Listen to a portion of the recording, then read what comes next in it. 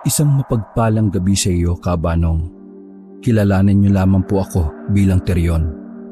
Ibabahagi ko lamang ang kakaibang karanasan ko nung bumalik ako sa Maguindanao.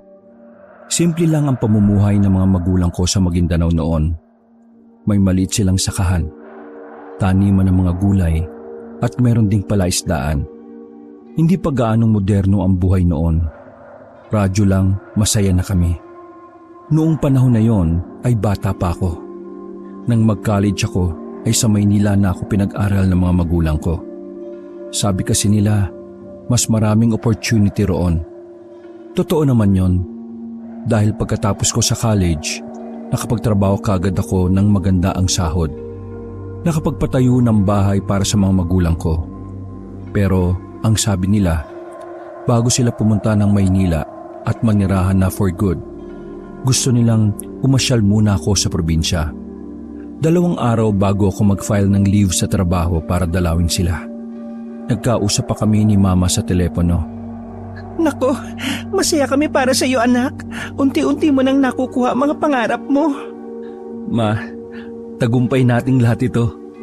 Kung hindi dahil sa pagsisikap niyong mapaaral ako, wala ako sa kinilalagyan ko ngayon. Ano ka ba, anak? Ikaw ang naghirap para maabot yan. Kami naman ng papa mo nakaalalay lang. Basta ma, kasama kayo sa tagumpay. Ma, nasan pala si Papa? Gusto ko siyang makausap. Ayun, nasa tiyuhin mo. Nagkukumpuni na naman ng sirang motor. Sige. Wag na lang po. Total, 2 araw naman nandyan na ako. Anak, wag ka na lang kaya pumunta rito. Oh, bakit naman ma? Nung nakaraan pa natin to napagkasunduan na. Kasi naman anak. Ma, may problema ba? Magsabi lang kayo ha. Narinig ko sa kabilang linya ang buntong hininga ni Mama. Naalala mo pa ba yung kwento-kwento tungkol sa aswang na pugot dito sa probinsya? Nagsalubong ang kilay ko nang marinig yon, Kabanong. Hindi ko maintindihan kung bakit bigla na lang yun isiningit ni Mama sa usapan. Bata pa lang ako ay naririnig ko na ang kwentong yon. Ang sabi ng matatanda, may aswang daw na walang ulo ang lumilipad at nandadagit ng tao. Noong panahon na yon ay alam kong ginagawa lang na panakot yon sa amin na matatanda. Nang sa ganon maagang matulog ang mga bata. Sa kabila ng mga ganoong kwento, kahit kailan ay wala namang nakapagpatunay na totoo yon. Kaya iniisip ko na baka gawa-gawa lang talaga yon ng mga matatanda. Bakit ma? Ano bang meron? Kasi nakita raw ng mambabalot na may isang lalaki na dagit ng aswang na pugot. Tapos makalipas lang ng 2 araw may nawawala na naman na tao. Tapos kinabukasan meron na naman. Sunod-sunod ang pagkawala ng mga tao rito sa atin. Nag-aalala ko na baka mapano ka rito. Alam mo naman, parang dayo ka na rin dito sa tagal mo dyan sa Maynila. Ma, hindi totoo yan. Baka nagkakataon lang ang lahat. Huwag kayo masyadong mabahala. Magiging maayos lang ako kapag nagpunta ako dyan. Isa pa, kasama ko yung girlfriend ko.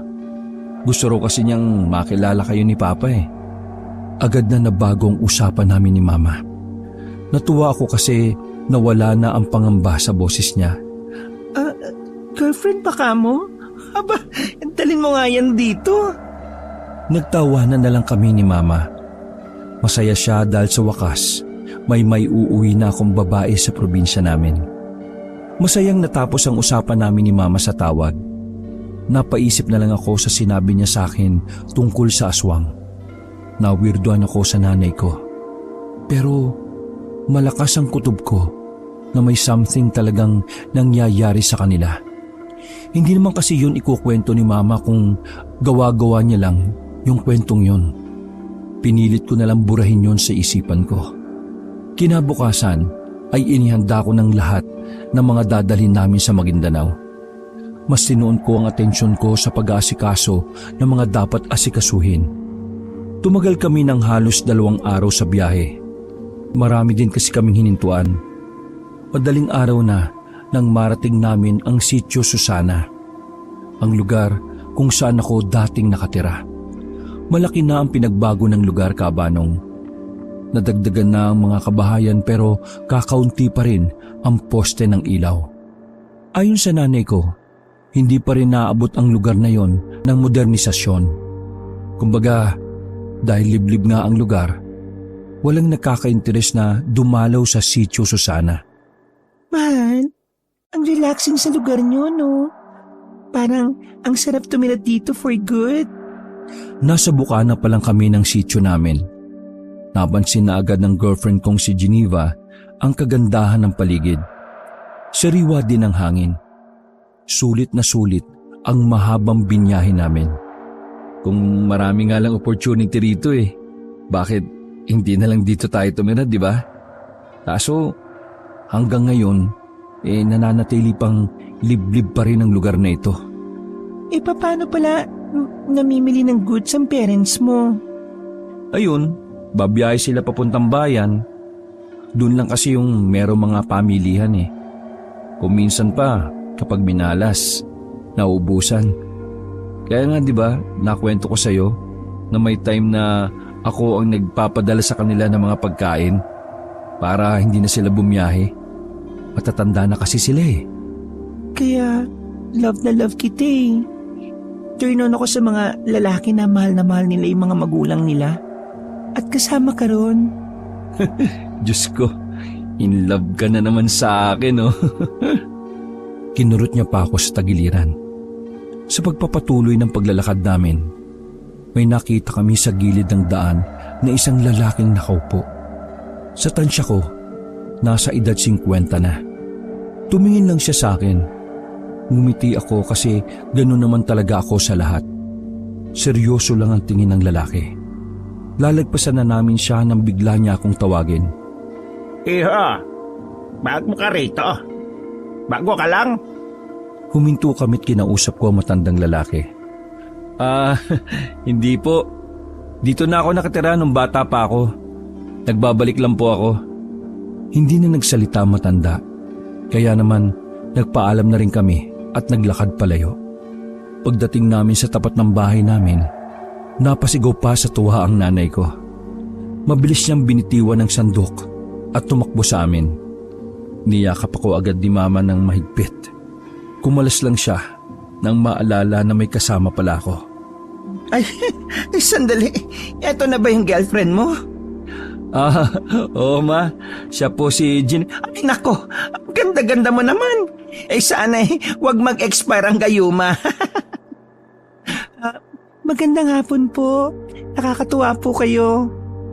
Natawa si Geneva sa sinabi ni mama. Hindi pa rin nagbabago ang nanay ko. Palabiro at bibo pa rin talaga siya. Magkabaliktad sila ni Papa na seryoso at parang hindi marunong makaintindi ng joke. Pero mabait naman si Papa. Sobra. Si Mama naman, para mo namang sinabi na pangit ako, no? Baka nakakalimutan mo, magkamukha tayo. Ay, Papa mo ang kamukha mo, no? Kaya ang pangit. Ay, teka, nasaan nga pala si Papa? Ayun, inutusan kong bumili ng paborito mong cake nung bata ka pa. Naalala mo yon? Po? Talaga po, ma? Naku, salamat. Actually, miss ko na rin yun O sige, pasok na kayo. Aba, dali. Kinuha ni Mama ang bag ni Geneva at pumasok na kami sa bahay. Habang naghihintay kami kay Papa, ay nagkwentuhan si Mama at Geneva sa tapat ng niluluto.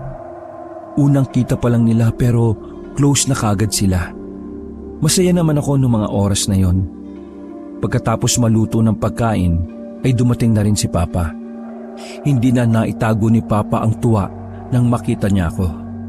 Mas lalo pa siyang natuwa nang makita niya si Geneva. Ay, nako. Ang junior ko. Nag-uwi na ng binibini. Salya, kumpirmado. Barako ang anak natin. Aba, kailan ang apo? Ito naman si Papa Wala pa po sa plano namin yon. Ipon muna. Ay, tama nga yan, anak. Bahan na ka talaga sa akin. Ay, Vito, bakit pala ang tagal-tagal mo ha? Inilipag ni Papa ang cake sa lamesa. Paano? Napakwento sa bayan. Nakita ko kasi si paring Erning Tungkol na naman ba sa sabong yan? Ay nako, subukan mo lang uling magsabong. Nagsalok si Papa ng tubig sa baso bago ito sumagot. Hindi naman tungkol sa sabong. Alam niyo kung tungkol saan? Sa aswang. Natahimik kami sandali. Napansin ko na bigla na lang nagbago ang reaksyon ng mukha ni Mama. May takot sa kanyang mukha. Nakwento na ba sa inyo ng mama mo ang tungkol doon? May aswang daw kasing nandadagit dito. May pakpak yun Tapos wala raw ulo. Ang sabi sa akin ni paring Erning kakilala niya daw yung dinagit sa border ng bayan at ng barangay nila. Hanggang ngayon daw hindi pa nakikita yung kakilala niya. Naku, di po ba bata pa lang ako kwento na yan dito? Oo nga anak, pero nung bata ka pa naman, wala pang nangyayaring katulad ng sinabi ni Erning. Di ba Celia? Ay nako Vito, may bisita tayo. Nandito ang girlfriend ng anak natin. Baka matakot yan magyaya na kaagad yan umuwi. Natawa na lamang si Geneva. Naku, hindi po tita. Sa katunayan, hindi naman po ako natatakot sa mga ganyan Part po kasi ng trabaho ko ang mag-research ng mga tulad sa mga weird creatures sa Pilipinas. Mga urban legends po, kagaya po ng kinuwento ni Tito. Kaya, ayos lang po. Baka nga po makakuha ako ng ideya Tama si Mahal, Ma. Nasa ibang company po kasi siya na gumagawa ng mga dokumentary. Ganun ba? Pero kahit pa, sa susunod na araw na lang natin pag-usapan niya mga aswang-aswang na yan. Kararating niyo pa lang kaya dapat magsaya muna tayo. Ay, pasensya na. Nabanggit ko lang naman. Mabuti pa mag-inom tayo anak. Nakikita ko mga my day mo sa FB, lagi kang may upload na alak Tingnan natin tibay mo ngayon. Papa naman, minsan lang po yun. Dati-rati gatas ka lang, di ba? Tapos ngayon alak na. Aba, talunin mo ko. Nagtawanan na lang kami noon mga sandaling yon. Matapos kumain ay inayos na rin ang mga damit sa kwarto na gagamitin namin. Nakakatuwa dahil kahit ang tanda ko na, hindi pa rin pinababayaan ng mga magulang ko ang silid ko. Ang linis pa rin. Sa katunayan, mas pinaganda pa nga nila ang dingding habang wala ako. Pakiramdam ko noon kabanong ay nakabalik ako sa batang ako. Ramdam na ramdam ko ang nakaraan sa bahay na yon. Ang nakakapagpabagabag sa akin ay ang aswang na sinasabi nila Mama at Papa. Hanggang sa puntong yon na matutulog na kami, naglalaro pa rin yun sa utak ko.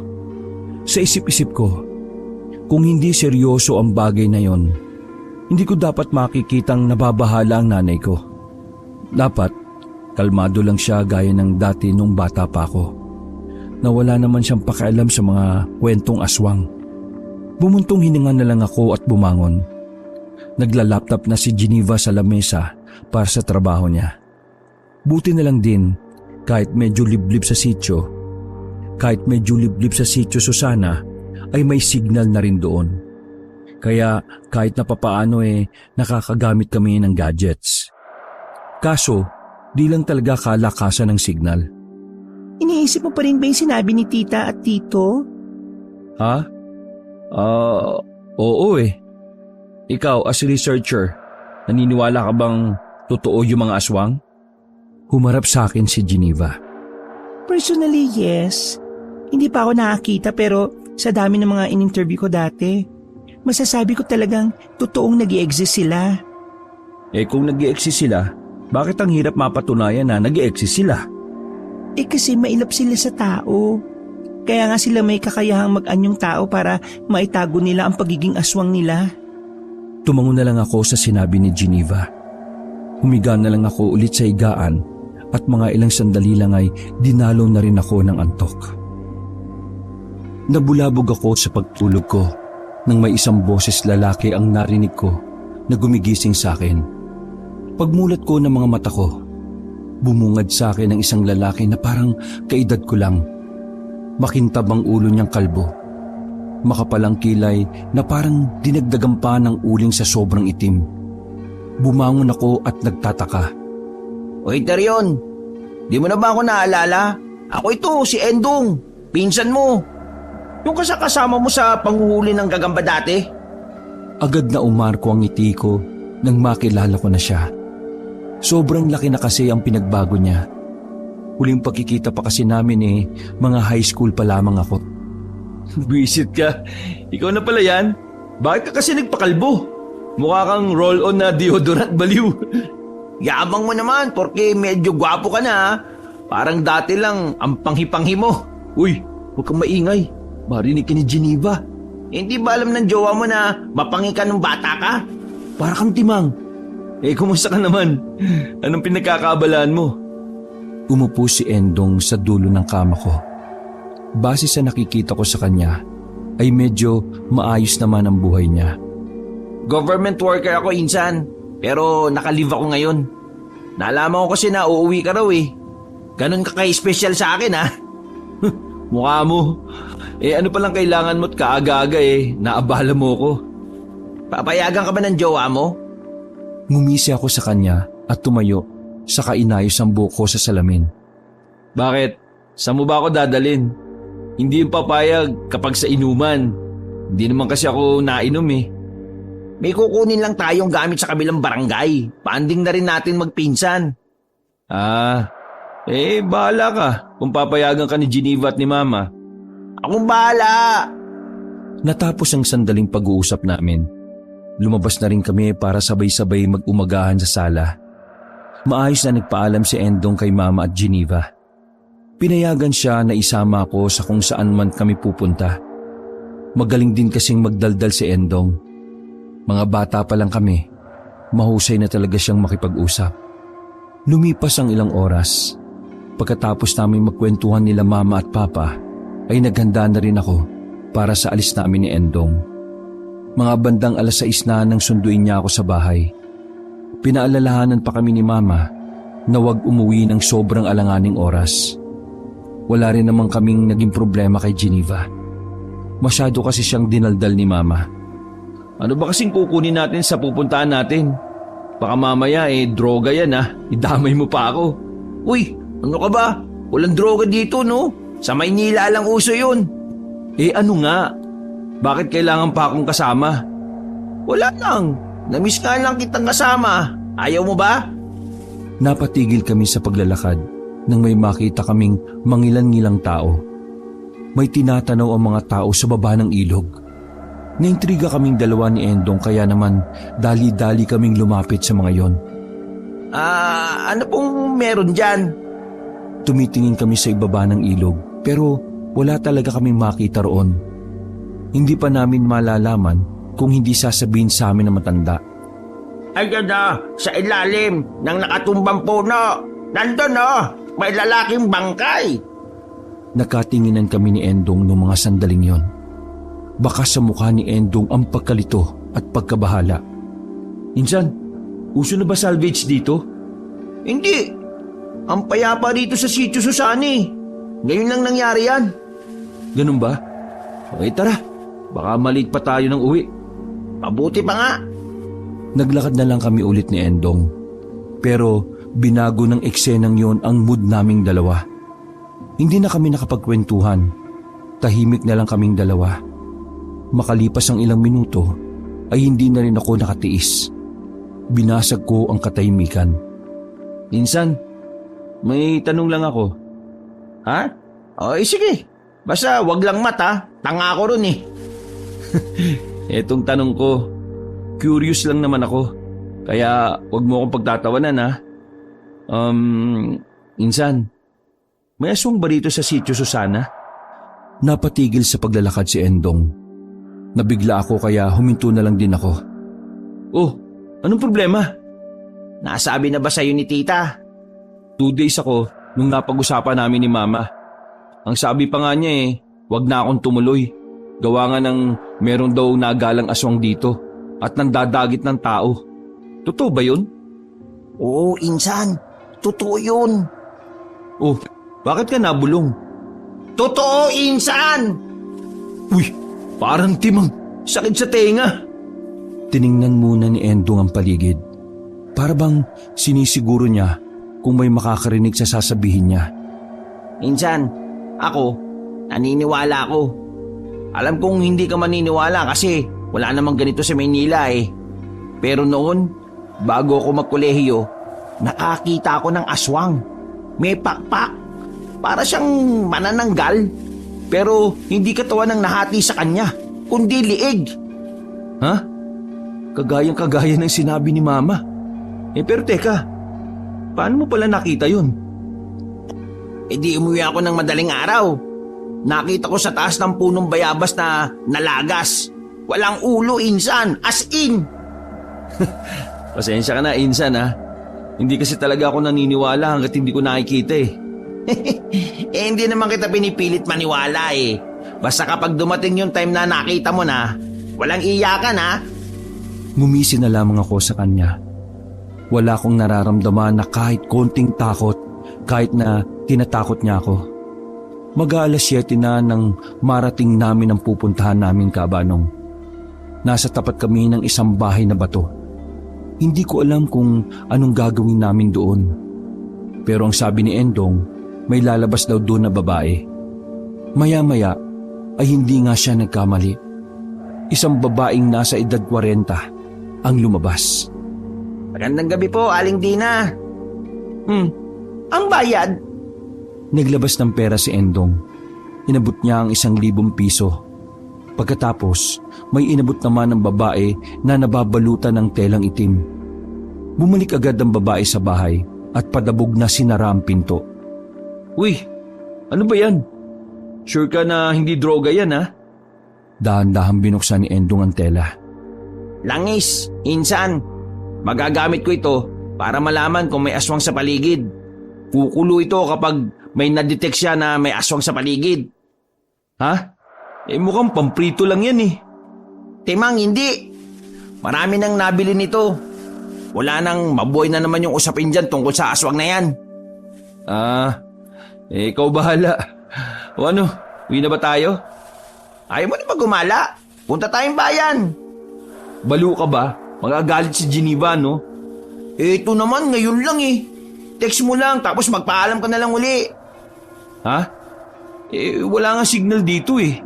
Sa bayan meron. Doon mo na lang i-text. Tara na kasi. Pinilit ko mang tumanggi ay wala na akong nagawa. Nang makarating kami sa kalsada, ay bigla na lang siyang pumahara ng tricycle. Kung kailan ayaw ko nang lumayo, saka pa may masasakyan. Pinagbigyan ko na lang si Endong. Inisip ko na lang na bawi ko na sa kanya yon. Total, ang tagal din naman naming hindi nakapag-banding. Uy, basta, ikaw magpaliwanag kay Geneva at Mama ha, kapag nali tayo ng uwi ha. Huwag kang mag-alala. Akong bahala sa kanila. Nang makarating kami sa bayan, ay pumasok kami sa isang inuman. Sabi ni Endong ay meron daw siyang kakilala doon. Dahil hindi naman ako nainom, sinabi ko sa kanyang hindi na ako papasok sa loob. Hihintayin ko na lang siyang matapos. Sige na nga. Sisilip lang ako sa loob tapos uwi na tayo. Basta, bilisan mo. Anong oras na oh? Sabik na pumasok si Endong sa loob. Ako naman ay umupo lang sa gilid. Habang naghihintay, may isang matandang lalaki na naman na lumapit sa akin. Pamilyar siya sa akin. Nung oras na yon, iniisip ko na nakita ko na siya sa Sitio Susana. Nang matamaan ng liwanag ang mukha niya, doon ko na napagtanto na siya ngayon. Tumingin lang ako sa kanya. Hinintay ko lang siya. Tumingin siya sa akin ng makahulugan. Medyo nailang ako, kaya hindi ako nakapagsalita. Mag-iingat ka. Dayo ka pa naman. Nakita ko ang kakaibang ngiti sa mukha niya. Naging dahilan yon para di ako maging komportable nun. Gusto ko na nga lang din sana na pumasok sa loob. Pero hindi ko maintindihan. Para talagang may nagtutulak sa akin na pakinggan ang mga sasabihin niya. Hindi po ako dayol oh. Patagal na talaga akong nawala. Kahit nga, bago ka pa rin sa paningin ko. Eh, di ba kayo yung nakita ko sa daan sa Sitio Susana? Oo nga, kahit saan naman ako napunta, nagmamasid ako. Nang makakuha ko ng tiyempo, palihim kong sinuri ang kabuuan na matanda. Habang tinitingnan ko siya, may nararamdaman akong hindi maganda. Para bang merong siyang tinatago. Tumayo na lang ako, Kabanong. Para sakaling may gawin siyang masama, madali ako makakatakbo papasok sa loob. Mawalang galang na pero sino ka ba? Tumawa ng mahina ang matanda. Hindi ko alam kung ano ang nakakatawa. Samantalang seryoso naman akong nakikipag-usap. Sino ako? Bakit mo gustong malaman? May magagawa ka ba? Hindi po, wala po. Gusto ko lang namang malaman dahil kinakausap niyo ako, di ba? Tumingala ang lalaki sa buwan na bahagyang kulay dilaw. Hindi ko sinasabi sa kahit sino kung sino ako. Kasi, paano ko magagawa ang mga gusto ko kung may nakakakilala sa akin? Tuluyan na akong kinabahan sa kanya. Nagkaroon ako ng ibang kutob. Kaya naman dumistansya ako ng kaunti. Natatakot ka na ba sa akin? Paano pa kaya kapag inilabas ko kung sino ako? Baka maihi ka na sa takot. Bakit ba ako ang kinakausap niyo? May iba pa bang tao rito? Eh kung sino man kayo, huwag niyo na lang akong kausapin. I don't want to talk to strangers. Nakaw, may English ka ba ha? Sana mailigtas ka ng pag-i-English mo na yan. Muling tumawa ang matanda. Pagkatapos ay naglakad na rin siya papalayo na parabang wala lang nangyari. Mga ilang sandali lang ay lumabas na rin si Endong. Lumabas siya na may dalang bote ng alak. Nakadekwat pa ang loko. Doon na lang tayo sa inyo mag-inom. Sama natin si Tito. Hindi ko gaano naintindihan ang sinasabi ni Endong. Nakatuon lang ang atensyon ko sa papalayong matanda. Saka lang ako tumuon kay Endong nang mawala na sa dilim ang matandang lalaki. Ano yon? Kako, inom tayo. Ano ka ba? Lutang ka ba? Ano bang tinitingnan mo dyan? Wala naman. O sige, tara. Uwi na tayo. Napapailing na lamang si Endong. Nagpunta na rin kami sa gilid ng daan at nag-abang ng masasakyan. Inabot kami ng mahigit 1 oras. Mabuti na lang ay may napadaan na L300 na may lamang buko sa loob. Hindi ko alam kung anong communication skills ang ginamit ni Endong, pero napapayag niya ang lalaking driver. Kasama namin sa loob ang mga buko. Pinatos na namin para lang makauwi na kami. 10:00 na rin kasi noon. Maraming salamat tol ha. Ingat sa biyahe. Kinawayan pa ni Endong ang driver at umalis na rin yon. Gagi ka. Anong oras na oh? Mayayari na naman ako nito kay mama eh. Kay Geneva, ayos lang. Kay mama, GG tayo dun. Insan. Sasamahan naman kita eh. Akong bahala. Ay, ewan ko sa'yo. Ano ka ba? Huwag kang ang kabaan. Adult na tayo. Hindi naman masama na paminsan-minsan eh. Nalilate tayo ng uwi. Ang mahalaga, tayo ay ligtas, di ba? Naglakad na lang kami sa Sitio Susana. Sobrang tahimik na ang paligid. Maya-maya, natanaw ko na si Mama at Geneva sa bakuran namin. Pareho silang nakapamewang, kaya hinanda ko na ang sarili ko dahil alam kong raratratin nila ako. Binungangaan agad ako ni Mama nang makalapit na kami ni Endong sa tapat ng bahay. Para akong batang kinurot ni Mama sa tagiliran, habang si Endong naman ay patawa-tawa lang sa gilid. Resna, di ba ang sabi ko sa inyo ay wag uuwi ng sobrang alanganin? Paano kung may nangyaring masama sa inyo dyan? Eh, ito kasing si Endong yung kulit eh. Oy, hindi naman po kami nag-inom tita ha. Sa katunayan, inuwi ko na lang dito yung alak. Pinakita pa nito ang hawak-hawak na bote ng alak. Nako, isa ka pa, Endong. Alam mo naman ngayon lang ulit nakapunta dito yan. Dinala mo pa sa malayo. Lumapit na si Papa at kinuha ang alak na dala ni Endong. Ano ka ba naman? Malalaki na yan sila, no? Isa pa, mga lalaki naman ang mga yan. Kaya hindi ka naman dapat na mag-alala. Endong, mukhang masarap to ah. Ayan! Pinakitaan ka lang ng alak, nabuang ka na naman. Hay nako, pumasok na nga kayo sa loob. Hoy, ikaw Endong, pumasok ka. Magkape ka muna. Nauna na silang bumalik sa bahay, habang kami naman ni Geneva ay naiwan. Mahal, pasensya na talaga ha. Kulit ni Endong eh. Okay lang naman yon. Pero nag-alala lang talaga kami. Kasi alam mo ba, may natagpo ang bangkay sa ilog. Naalala mo yung kwento ni Tito? Yung nawawalang lalaki na dinagit umano ng aswang? Yun yung nasa ilog. Wala nang laman loob. Hinala ng mga tao baka aswang daw yung pumatay. Nakuha agad ng interes ko sa sinabi niya. Actually, nakita rin namin ni Endong yun eh. Kaya nga nag-alala sa'yo si Tita. Kasi yun daw yung pagkakataon na may natagpo ang bangkay dito sa sityo ninyo. Kasi yun daw ang unang pagkakataon na may natagpo ang bangkay dito sa sityo ninyo. Hindi ba pakali mama mo kanina? Iniisip niya kasi aswang talaga yun eh. Medyo nakakabahala na yung aswang na yan ah. Kaya dapat huwag ka na munang aalis. Kung aalis ka naman, isama mo ko. Tara na nga sa loob, doon na muna tayo. Mahahamugan ka rito eh. Pagpasok namin ay nadakdakan pa rin ako ni Mama. Inulit niya lang ang sinabi ni Geneva. Pero ano pa nga bang magagawa ko? Ganun talaga si Mama. Para siyang rapper kapag nagbunganga. Kinaumagahan, nagbahay-bahay ang mga tanod para mamigay ng bawang. Sineryoso na nila ang pagpaparamdam di umano ng aswang. Kinabahan na ako noon. Kasi noon ko lang din naranasan na may isang buong lugar na naniniwala sa aswang. Maaga akong nagising ng mga sandaling yon. Sinamahan ako ni Papa sa palengke para mabusising makapamili ng maganda-gandang pusit.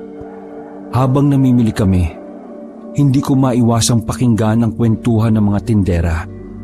Nilalarawan nila kung ano ang itsura ng hinihinala nilang aswang. Mapayat, may pakpak at nakapantalon daw. Walang damit pang itaas. Higit sa lahat, wala ring ulo. Sinasadya daw ng aswang na yon na ikalas ang ulo niya para mahirap siyang makilala ng mga tao. Pa, ano masasabi mo dun sa usapan nila? Sandaling tumigil ang tatay ko sa pagpili ng pusit. Alam mo nak, totoo naman yan eh. Ang kaso nga lang, parang matalino ang aswang. Hindi siya nagpapahuli o nagpapakita. Para yung mga tao maging hati yung paniniwala. May nagsasabi na totoo ang aswang at siyempre, gawa ng kakulangan sa ebidensya, may nagsasabi rin na hindi yun totoo. Sa tingin ko, ang aswang nasa paligid lang. Nagmamasid, pinag-aaralan ang galaw ng mga tao. Nang sa ganun maayos niyang magawa ang mga aktibidades niya. Wala bang balak ang mga kalugar natin na hulihin yung aswang na yun? Paanong huhulihin? Mga takot nga. Kung ako lang ang masusunod, papatayin ko yung aswang na yan. Para yung mama mo, hindi na mapraning tuwing gabi. Kung magpapatuloy kasi yung ganyan pa, mas lalo lang matatakot yung mga tao. Baka mamaya niyan hindi na sila lumabas ng bahay. Wala naman tayong magagawa. Buhay nila yan Kaya nga ikaw, huwag ka na masyadong lalayo. Kasi mama mo mapapraning Sumang-ayon na lang ako sa tatay ko. Tama rin naman kasi si Mama. Lalo pat ang tagal ko nang wala sa probinsya namin. Marami na rin kasi talagang pagbabago. Kagaya na lamang na dating kwento-kwento lang, pero bigla na lang naging totoo. Nagluto na lang kami nang makauwi sa bahay. Maaliwalas ang panahon nun kaya panandali ang nawala sa isipan ko ang mga iniisip ko tungkol sa aswang. Pa, puntahan ko lang si Geneva Tumangulang si Papa. Pagpasok ko sa kwarto namin, naabutan ko si Geneva na abala habang nakaharap sa laptop niya. Oh, akala ko ba naka-leave ka? May chinecheck lang ako na files. Siya nga pala, nag-research ako about dun sa aswang na walang ulo. Umupo ako sa kama. Oh, anong nalaman mo? Is there something important to discuss? Sa Malaysia, pinanggalan ng tawag sa nilalang na humihiwalay ang ulo sa katawan tapos lumilipad. Pero babae ang pinanggalan. Taliwas sa kwento-kwento na matandang lalaki ang pugot na aswang na nandito. Iniisip ko nga, baka hindi naman pinanggalang ang aswang dito. Baka ibang uri yon. Kaso wala na ako nakitang iba eh. Hindi kaya nag-iisa lang yon? O baka kapansaanan ng aswang yon? O baka isinumpa? Humarap sa akin si Geneva. Parang may ideya na bigla na lang pumasok sa utak niya. Sumpa? Pwede. Ha? Base sa mga research ko noon, may mga instances na may mga aswang na isinumpa ng mga kapwa nila aswang. May mga aswang na nabubulag, napipilay, o kaya nabibingi. Hindi kaya may kung sinong sumumpa sa aswang na yon? Mukhang kailangan na natin mag-interview sa matatanda rito. Magiging part ba yan ng work mo? Kasi pwede naman ako mag-offer ng help. Basta may service mamayang gabi ha. Ngumiti pa ako ng nakakaloko. Puro kakalokohan. Pero to be honest, gagawin kong dokumentary ito para pagbalik ko sa work, may papasa ako. Di good. Samantalayin natin yung pagkakataon na nandito pa tayo. 1 buwan pa naman tayo dito kaya marami-rami pang araw. Matapos ang sandaling pag-uusap namin ni Geneva, ay nagtanghalian na rin kami. Sa pagkainan, nagpaalam si Geneva tungkol sa gagawin naming dokumentary. Pumayag naman sila. May tiwala naman sila sa amin. Kaya pagdating ng kinahapunan, naganda na kami ni Geneva. Mabuti na lang talaga at nakapagdala siya ng magandang kamera at iba pang kagamitan niya. Nalaman ni Endong ang gagawin namin. Nasabi kasi ni Papa, hindi na nga sana namin ipapaalam kasi makulit siya. Kaso wala na kaming nagawa. Hindi naman pwedeng itaboy namin siya. Habang hinihintay ko si Geneva sa tapat ng bahay namin, dumating si Endong. Nakaporma pa ang loko. May dala ring sariling kamera. Uy, vlogger pala jowa mo ha? Baliw, anong vlogger? Journalist yan. Pero mga mystery things yung forte niya. Pero pwede akong yung hi vlog, welcome to my guys. Hindi pwede, no? Kulit mo talaga. Ay, teka. Ikaw ba nagpaalam ka sa jowa mo? Ibang dokumentary to ha, medyo delikado. Uy, wala akong jowa no. Kaya mamaya, tigilan yun pag-holding hands ha. Napangisi na lang ako sa sinabi niya. Umalis na rin kami nang lumabas na ng bahay si Geneva. Pakagat na ang dilim ng puntahan namin ng bahay ng isa sa pinakamatandang residente ng Sitio Susana. Medyo madilim doon. Gasera lang ang gamit na ilaw sa loob ng bahay. Bukod pa ron, magulo rin ang bakuran. Maraming nakakalat na kung ano-anong gamit at kahoy. Maging ako ay naalibadbaran din. Endong, sigurado ka bang dito nakatira yung matandang sinasabi mo? Baka mamaya, bahay ng aswang to ha? Hindi, dito nakatira yun no. Lagi ko nakikita yun. Kasi dati kapag dumataan ako dito, nakikita ko siya. Lumapit ng bahagya si Geneva. Tao po! Tao po! Sa ilang ulit na pagtawag ng girlfriend ko, isang matanda ang lumabas. Kahit na mayroon na itong tungkod, ay may isang binatilyo ring nag-aakay sa kanya. Hindi na sila bumaba ng hagdan, kaya kami na lang ang lumapit. Kayo po ba si Aling Salome? Hindi yun sumagot. Nakatingin lang ang matanda sa amin na parang naguguluhan kung bakit kami naroon. Hindi naintindihan ni Lola sinasabi nyo. Kailangan mong banggitin nyo ng 3 beses. Ha? 3 beses? Parang sirang plaka? Oo, ganun na nga. Nagkatinginan kaming 3, pero si Geneva na rin ang nagpresentang magsalita. Lola, Lola, Lola, nandito po kami. Oy, Joke lang, may na lang talagang pandinig ni Lola. Aba, Loko pala to ah. Bali, lakasan nyo lang po yung boses nyo. Ganun ba? Sige. Lola, kami po ay hindi ganyang kalakas. Ganito. Ay, daming kaek-ekan. Lola, may mga bisita po kayo. Hindi ko alam kung anong kailangan nila pero mukha namang silang matitino.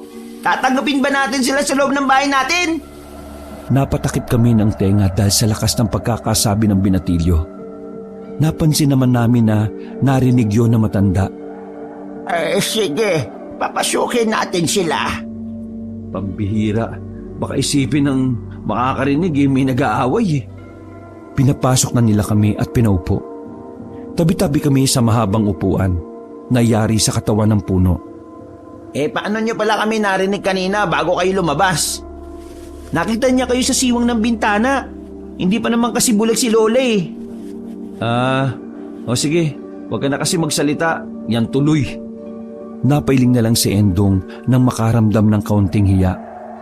Ako nga pala si Geneva, isang researcher tungkol sa mga mahiwaga at misteryosong bagay. Nandito kami para sana mag-conduct ng interview. Since lolo mo ang isa sa pinakamatagal na sa lugar na ito, umaasa ako na marami siyang may babahagi sa amin. Kaya niyo bang mag-interview ng sumisigaw? Yun lang. May naisip akong paraan. Ngumiti sa akin si Geneva. Magaling ang naisip na paraan niya para hindi na magsigawan pa. Isinulat na lamang niya sa papel ang itatanong niya at saka ipapabasa sa matanda. Nagbigay na lamang siya ng malakas na ilaw sa matanda para mas makita. Lumabas na muna kami kabanong ng mga sandaling yon. Nahihiya raw kasi ang matandang sumagot kapag may iba pang nakakarinig. Nasa tapat lang kami. Nakatayo sa bakod. Tamang sigarilyo lang si Endong habang ako naman ay patingin-tingin lang sa paligid. Sureball na yan, Insan. May nalalaman niyang matandang yan Sobrang tagal na yan dito sa Sitio Susana. Parang naabutan niya pa yata yung mga dinosaur sira ulo. Pero seryoso, Insan Kailangan talagang mahuli yung aswang na pugo. Napatigil si Endong nang marinig namin ang pagaspas ng pakpak. Sabay kaming napatingala sa langit. Nakita namin ang isang tao na may pakpak ngunit walang ulo. Nakahinto siya sa ere. Para bang meron siyang hinahanap. Dali-dali akong hinila ni Endong papunta sa gilid. Baka makita tayo. Ayan na yung aswang. Ramdam ko sa boses niya ang kaba. Wala ngang ulo. Ano tayo makikita? Sabog ka ba? Nang muli naming tingilain, nakita naming nagpaikot-ikot sa paglipad ng aswang sa bahay na matanda. Nagtatayuan ang mga balahibo ko sa ideya na baka si Geneva ang dagitin. Mas lalo pa kaming kinilabutan nang makitang bumaba na sa lupa ang aswang. Nawiwindang kami kabanong sa nilalang na yon na walang ulo. Nakatayo siya sa tapat ng pintuan. Nakita na lang namin na lumabas na yung binatilyo. May isinabit yun na kung ano sa pintuan. Dahil doon, napansin namin na parang natakot ang aswang. Muli itong lumipad sa itaas. Kailangan na yata nating umalis. Sobrang lakas ng kaba ko ng mga sandaling yon, kabanong. Hindi ko inakala na makikita ko ng harapan ng pambihirang aswang na yon. Pawis na pawis ang likod ko kahit na malamig naman. Hindi rin ako gaanong makapagsalita. Basta nang makaalis na ang aswang na pugot, ay dali-dali na akong bumalik sa bahay na matanda. Geneva, mahal, kailangan na nating umalis. Hindi pwede. Baka sa daan pa kayo mapahamak. Mas mapapahamak kami rito. Nakita mo naman na nandito yung aswang kanina, di ba? Pero wala na. Kahit pa, baka bumalik. Hindi na babalik yun dahil dito. Tinuro pa ng binatilyo ang isang medalyon na nakasabit sa kanilang pintuan. Ganun pa man, hindi pa rin ako nakampante. Mahal, tara na. Pasensya na kayo maglola. Kailangan na talaga naming umuwi. Maraming salamat. Tumango na lang ang binatilyo, habang ang matanda naman ay parang naguguluhan pa rin. Nang makarating na kami sa medyo maliwanag ay napahinga kami sandali. Medyo nahihirapan kasing huminga si Geneva. Tama lang ba na iniwan natin yung maglola doon? Baka mamaya sila naman yung madagit. Wala akong magagawa. Kailangan natin makalayo. Mahal, ayos ka lang ba? Ayos lang ako, mahal. Nag-aalala din ako sa maglola eh. Bukas, kapag sumikat ang araw, bumalik tayo. Sa ngayon, kailangang iligtas muna natin ang sarili natin. Punyemas naman oh. Nakakatakot yung aswang na yun minsan. Hindi ko maintindihan eh. Paano niya ba nalaman kung saan yung target niya? Kung wala naman siyang ulo. Bakit di mo siya tanungin? Ako pa talagang tinanong mo. Close ba kami nun? Ay naku, tara na nga. Inalalayan ko si Geneva at umalis na rin kami kaagad. Ligtas naman kaming nakauwi ng bahay. Nakasundo kaming tatlo na wag na lang muna ipaalam kina mama ang mga nangyari. Anong oras na rin kasi nun? Pinauwi ko na rin muna si Endong sa kanila. Kahit nasa bahay na kami, hindi pa rin maalis ang kaba ko.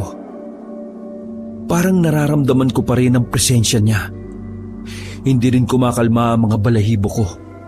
Nakatindig pa rin yon. Nangubaring ko na ang sapatos ko. Napansin ko na meron pala akong sugat sa bandang binti. Sumabit yata ako sa alambre sa bakod. Medyo dumudugo pa yon. Nataranta si Geneva at naghanap agad ng may pangtatapal. Naku, dapat matakpan mo kagad yan. Bakit, mahal? Hindi naman ako mamamatay dyan, di ba? Baliw, masusundan tayo ng aswang na pugot. Maamoy niya yung dugo. Ha? Paanong maamoy? Wala namang ilong yun. Basta. Tinapala ni Geneva ng tela ang sugat ko. Pagkatapos ay umupo na siya at napabuntong hininga. Alam mo ba kung ano mga nalaman ko sa matanda? Napayos ako ng upo. Naintriga ako sa kung ano ang sasabihin ni Geneva. Ano, mahal? Isinumpa nga daw yung aswang na yun. Ang sabi na matanda, normal na tao lang naman ang aswang na yun noon. Kaso, noong tao pa siya, napakasama ng ugali. Marami daw ang nagalit doon dahil sa kagaspangan ng ugali niya. Tapos, isang araw daw, nakahanap ng katapat itong lalaki. Isang mabagsik na mangkukulam. Sinaktan ng lalaki yung matandang mangkukulam. Dito na siya isinumpa. Ang sabi raw sa kanya nung mangkukulam, isusumpa siya na sa kabilugan ng buwan, magiging aswang ang lalaki. Pero, hindi pa karaniwang aswang. Dahil mahihiwalay ang kanyang ulo sa katawan. May kakabit niya lang daw yun kapag naging kulay berde ang buwan. Which is, ang imposible naman, di ba? Wala namang buwan na green. Bakit alam na matandang nakausap mo yun? Kilala niya ba dati yung lalaking yon? Ex ni Lola yun. Naghiwalay sila nang maging aswang na yung lalaki. Ex? Putik, magjowa pala yung dalawa dati. Pero teka, kung hindi niya pala naikakabit yung ulo niya, saan niya kaya yun tinatago? Kinuha na muna ni Geneva ang mga pinagsulatan niya ng impormasyon. Well, ayon dito, nasa isang liblib daw na gubat. Walang makapagsabi kung saan ang saktong lugar. Basta, sa gubat. Naiintindihan ko na. Dumadagit siya ng tao para ipapakain doon sa ulo na nakatago. Pero, paano kaya mapapatay yung aswang na yan? Wala nang nabanggit tungkol dyan. Pero ang hinala ko, kailangan patayin yung nawawalang ulo. Isa naman kaya natin... Uy, ano yun? Nagulat kami nang may bumagsak sa bubungan namin. Parang mabigat na bagay at mukhang nayupi pa yata ang bubong. Maya-maya lang ay nakarinig na kami ng mga pagaspas ng pakpak. May parang naglalakad na rin sa ibabaw ng bubong namin. Mahal, sa ilalim ng kama, bilis! Sabay kaming nagtago sa ilalim at nakikiramdam lang. Mukhang nasundan niya ang dugo mo. Nang maramdaman namin na parang wala ng aswang, ay lumabas na rin kami.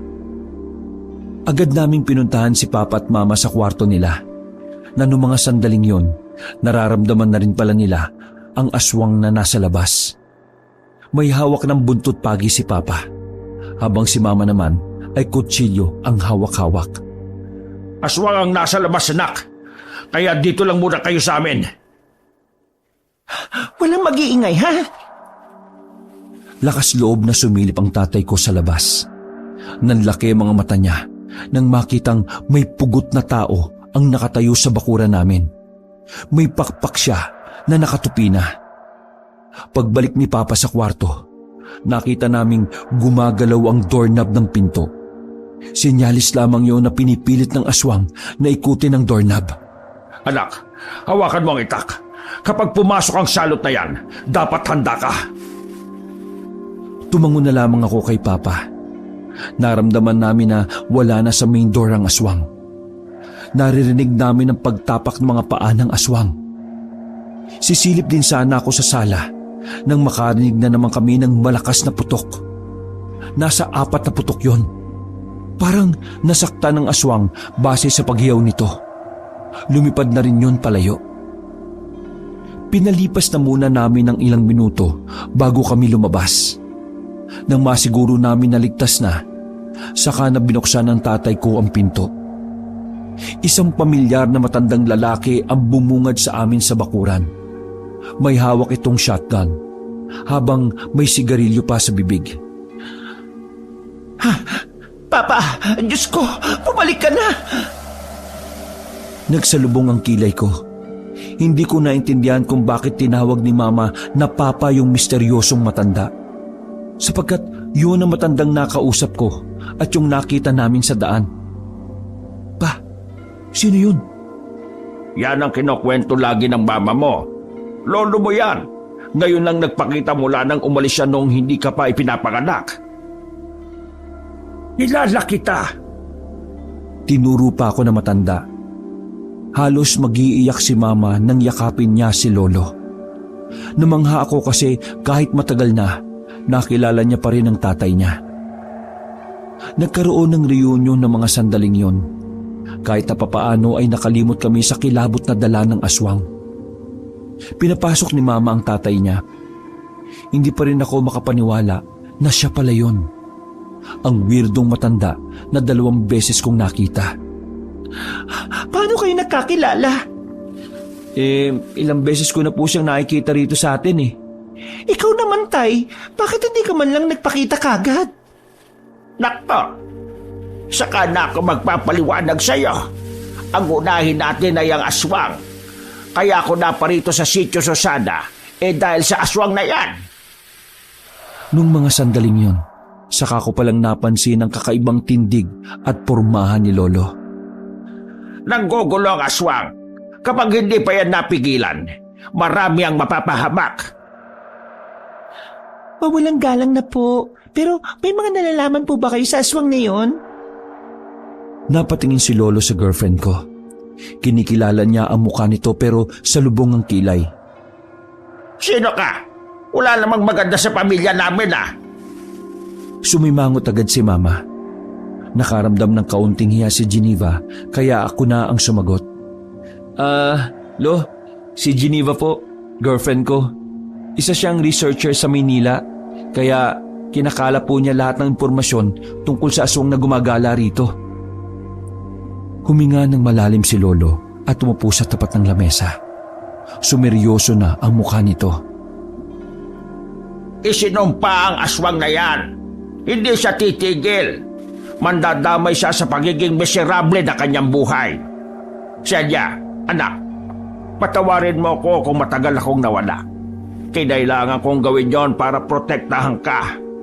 Dahil doon, isa ako sa tumutugi sa aswang na yan. Lumayo ako sa iyo dahil ayaw kitang madamay. Pero ngayong nakikita ko na lumalapit na siya sa inyo, hindi na ako pwedeng manahimik. Kailangang mamatay ang aswang na yan. Kailangang mahanap ang kanyang ulo.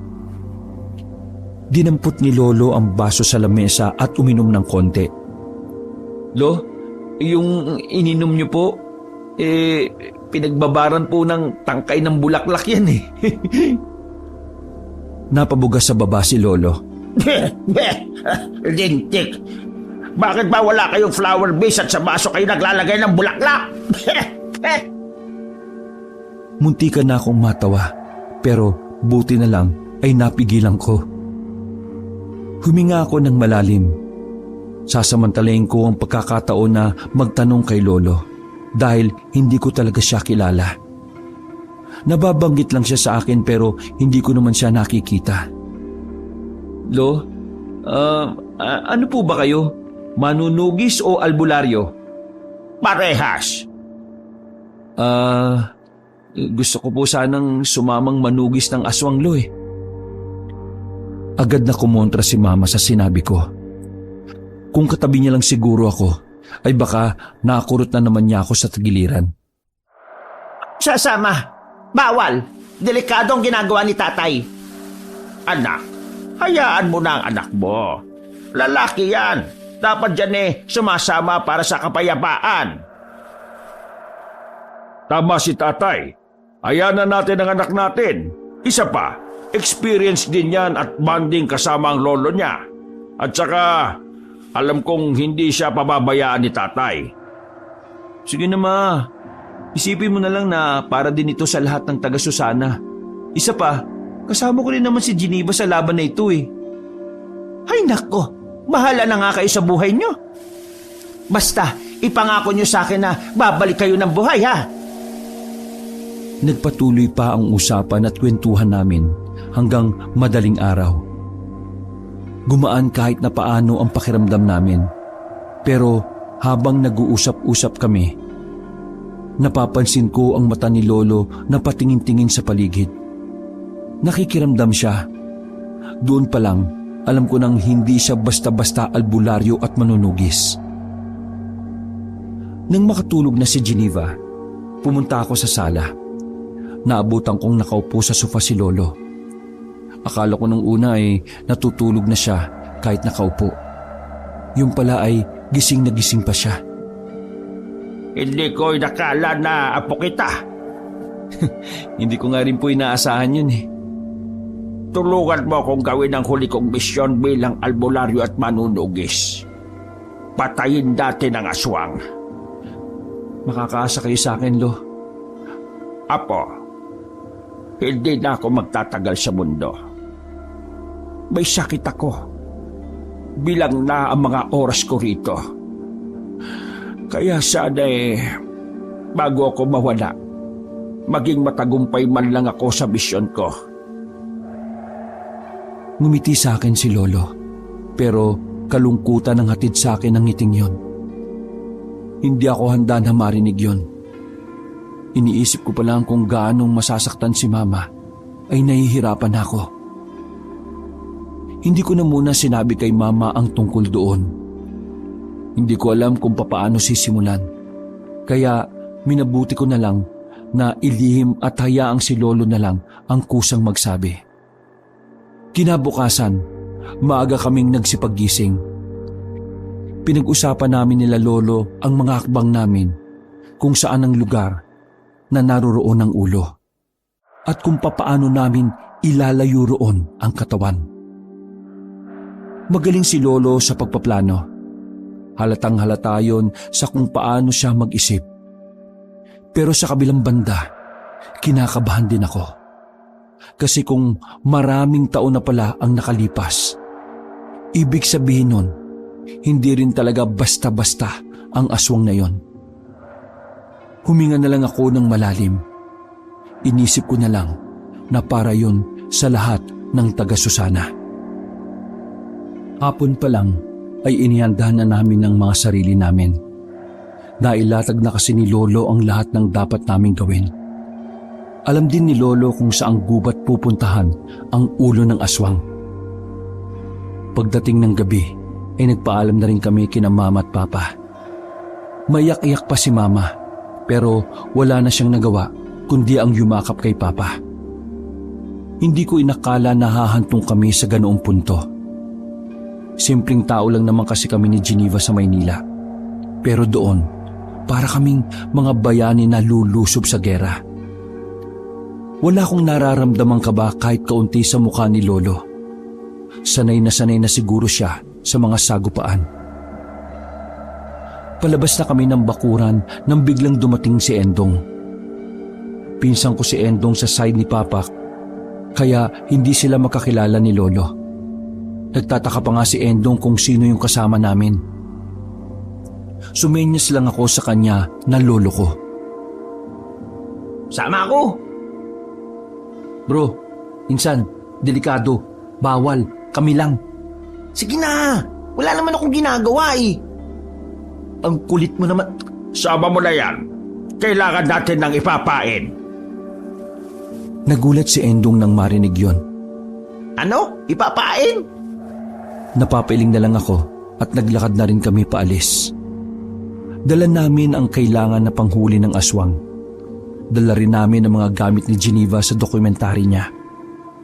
Nung mga sandaling yon, hinanda ko na rin ang sarili ko sa pwedeng mangyari. Ang tinatak ko na lang talaga sa sarili ko ay kailangan kong protektahan si Geneva. Siya ang priority ko. Dahil gaya nga ng sabi ni Lolo, kung sakaling dumating sa puntong kailangan kong mamili, piliin ko raw kung sino ang mas kailangan pang mabuhay. Malayo-layo na ang nilakad namin.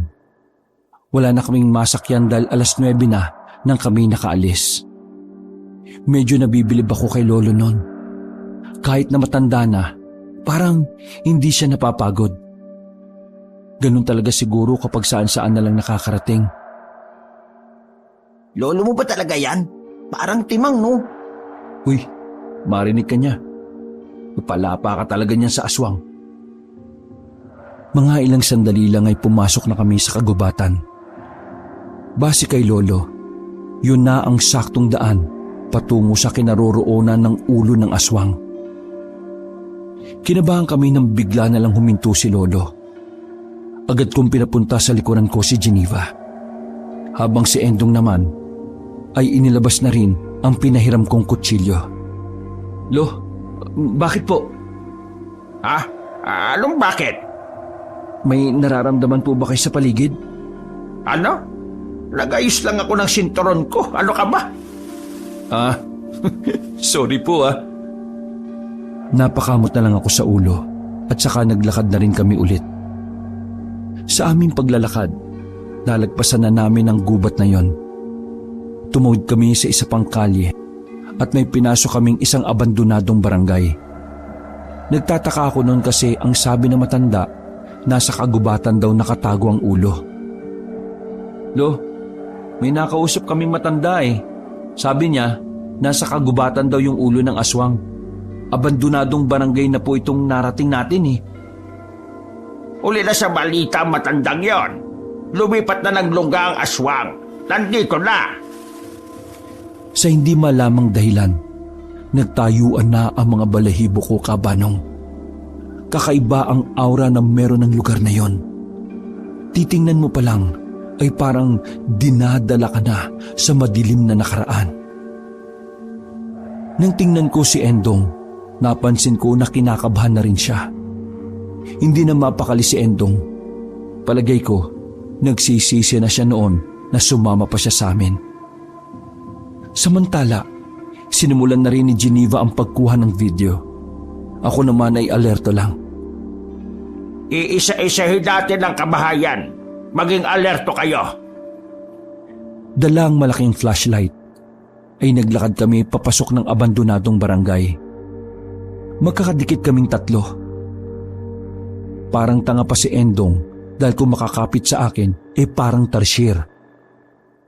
Pagpasok namin sa unang bahay, napatakip kaming tatlo ng bibig nang makita ang kalansay sa lapag. Habang si Lolo naman ay kalmado pa rin. Lo, biktima ba ito ng aswang? Marahil lahat ng madadagit niya dito niya dinadala at kinakain. Kaya malakas ang katub ko na nandito lang din ang aswang na yon.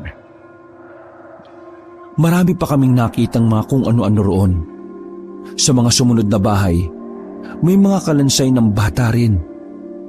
Maraming mga kalansay na nagpapatunay na marami na palang nabiktima ang aswang na pugot na yon. Nang makarating na kami sa gitna ng barangay, isang bahay ang pumukaw ng atensyon namin. Napatago kami sa gilid at pinatay ang flashlight. Sa lahat ng bahay na naroon, ayun lamang ang merong ilaw. Maghanda kayo. Eto na yon. Hinugot na ni Lolo ang latigo niya na gawa sa buntot pagi. Ilang minuto pa kaming nagmanman sa bahay na yon habang nasa silong kami ng isa pang bahay. Makalipas lang ang ilang minuto, nakita na lang namin na meron ng lumabas na lalaking pugot ang ulo. Normal lang siyang naglakad palapit sa bakuran niya at tumingin-tingin kung may tao. Endong, manda ka. Ikaw ang magpapahabol ah. Ha? Gagi, bakit ako? Sumama-sama ka, di ba? Ayoko. Baka mamaya madagit pa ako dyan eh. Kailangan may magpahabol sa aswang para mailayo natin sa ulo niya. Ihintay na lang kasi natin siyang umalis eh. Tapos saka tayo lumapit nung sa bahay. Base sa nakikita ko, hindi siya aalis ng bahay. Tingnan nyo yung sampayan. May nakasampay na hita ng tao. May pagkain siya, kaya hindi siya aalis dyan. Kung ayaw mong maging pain, umuwi ka na. Ako na lang. Mahal, baliw ka ba? Mag-video ka na lang dyan. Binigay ni Geneva ang camera kay Endong. Pero sa di inaasahang pagkakataon, bigla na lang nag-blackout ang screen ng video. Nako, nasira ako ba? Mahal, di mo na-charge? Yung isa yung na-charge ko. Bakit kasi yun ang ginamit mo? Ay, pambihira. Kinuha na lang niya ang isa pang camera at binigay kay Endong. I-play mo kapag nakita mo nagpahabol kami ha. Pero kay Lolo ka sasama ha. Kailangan mo makunan ng ulo ng aswang. Tumango-tango lang si Endong. Mahal, tayo magpapahabol. Mas maganda kung dalawa para mas maguluhan siya kung sino ang uunahin niya. Nang sa ganun, makakapagbigay tayo ng oras kina Lolo para kunin yung ulo ng aswang. Sumang-ayon na lang ako kaysa naman mag-isa lang siya. Naiinis ako kay Endong noon, Kabanong. Kalalaking tao, takot na takot. O ano? Tapos na ba kayo ng meeting-meeting na yan? Pwede na bang simulan na natin? Tumango kami. Dahan-dahan kaming lumabas ni Geneva sa pinagtataguan namin. Lumapit kami ng bahagya sa tapat ng bahay.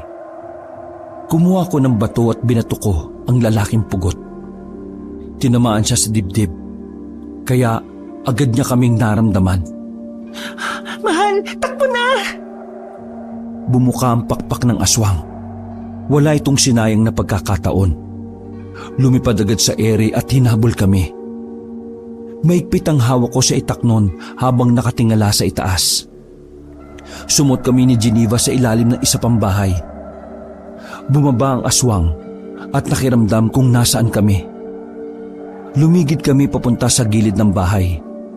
Naglakad kami papunta sa kabilang bahay, pero nawala na ang aswang sa pinanggalingan namin. Sa pagharap namin, nasa gilid na pala ang aswang. Napatigil kami ni Geneva at napatakip ng bibig. Napansin namin na parang walang pakialam sa amin ang aswang. Dahil doon, nalaman namin na hindi niya pala kami nararamdaman kapag hindi kami gumagalaw. Pakiramdam lang talaga kasi ang ginagamit niya para malaman kung nasaan ang biktima niya. Naglakad ang aswang. Humarap siya sa akin. Abot kamay ko na ang aswang. Sobrang nakakadiri ang leeg niya na dumudugo pa. Pero ginawa ko talaga ang makakaya ko para hindi niya ako maramdaman. Maging paging ako ay pinipigil ko na rin. Nilagpasan kami ng aswang. Nasa 10 hakbang na yata ang distansya niya sa amin. Nang bigla namang nag-vibrate ang cellphone ko. Kung kailan nasa panganib kami, saka pa talaga nagkaroon ng signal. Nakatawag tuloy ang bus ko sa Maynila. Muling lumingon sa amin ang aswang. Hindi ko na alam ang gagawin ko nang mapansing lalapit na siya sa amin. Buti na lang Kinuha sa akin agad ni Geneva ang cellphone at binato sa malayo. Hinabol ng aswang ang nagba-vibrate kong cellphone. Habang ako, gusto ko na lang umiyak kasi hindi ko pa tapos sulugan yun. Pero wala na akong nagawa. Ang mas mahalaga sa akin ay ang kaligtasan naming dalawa. Mabilis kaming nakaalis ni Geneva. Nailayo namin ang aswang kahit na papano. Nang balikan namin sina Lolo at Endong, stress na stress sila kung papaano huhulihin ang ulo ng aswang. Gumugulong-gulong kasi yun. Hindi naman mahuli ni Lolo dahil nahihirapan na siyang makayuko. Si Endong naman hindi naman mabitiwan ng cellphone. Sumiksik ang ulo ng aswang sa kanto ng kisame at saka nagsalita. Mga hangal, hindi niyo ako mapapatay. Pabalik na ang katawan ko. Hindi na ako nagsayang ng oras. Umakyat ako sa lamesa at tinaga ko ang ulong yon na tawa pa ng tawa. Pero gumulong lang siya pababa. Kahit na anong gawin ko, masyado siyang maliksi. Binato na nga rin ni Geneva ng bote pero hindi rin matamaan. Handa na ba kayong maging pagkain ko? Aba, pinahirapan mo kung loko-loko ka. Ewan ko na lang kung makatakas ka pa rito. Naglabas si Lolo ng bote. Hindi ko alam kung anong laman nun. Pero nang buksan yun ni Lolo ay nakaamoy kami ng sobrang baho. Para kaming kinulong sa mundo ng utot. Nakita ko pa si Endong na nakatapat sa kamera at parang nagva-vlog. Hello guys, sobrang baho po rito. Nagtakip na lang kami ng tela sa ilong. Habang yung ulo naman ng aswang ay natigilan sa kakagulong niya. Ubo siya ng ubo. May lumalabas pa na laway kapag nauubo siya. Nang mapansin ni Lolo na hindi na makagulong ang ulo, dinakma na yon ni Lolo sa buhok. Pero naramdaman na namin na nakabalik na ang katawan niya. Binuksan namin ang pinto. Nakatayo sa bakuran ng katawan ng aswang. Pangiti-ngiti pa yung aswang. Sabi ko naman sa inyo babalik ang katawan ko. Isang bote naman ng gaas ang kinuha ni Lolo. Ano naman gayon? Mamamatay ka naman na. Binuhusan ni Lolo ang hawak niyang ulo. Tapos sa kanya inihagis sa katawan ng aswang at nasalo naman ito ang ulo. Nagsindi naman si Lolo ng posporo at inihagis sa ulo ng aswang. Walang ano-ano ay nagliyab ang ulo at nadamay pa ang katawan. Unti-unting napaupo sa lapag ang aswang. Sabay silang natusta ng katawan niya. Maraming taon akong naghirap sa iyo. Ngayon, magkita na kayo ni Satanas sa impyerno. Napatay ni Lolo ang aswang. Nakahinga na rin kami ng maluwag noon. Habang pinagmamasdan naming maabo ang aswang, ay naalala ni Geneva ang video. Sigurado kasing magiging maganda ang project niya dahil sa mga nangyari. Nakunan mo ang lahat ng magagandang anggulo? Oo naman. Ay, 7 malaki. Oh, bakit? Hindi ko pala napindot yung record. Napabuntong hininga na lamang si Geneva. Habang ako ay sobrang na bad trip. Pero wala naman na kaming magagawa. Nangyari na ang mga nangyari. Tanging mga larawan na lang ang napakinabangan ni Geneva.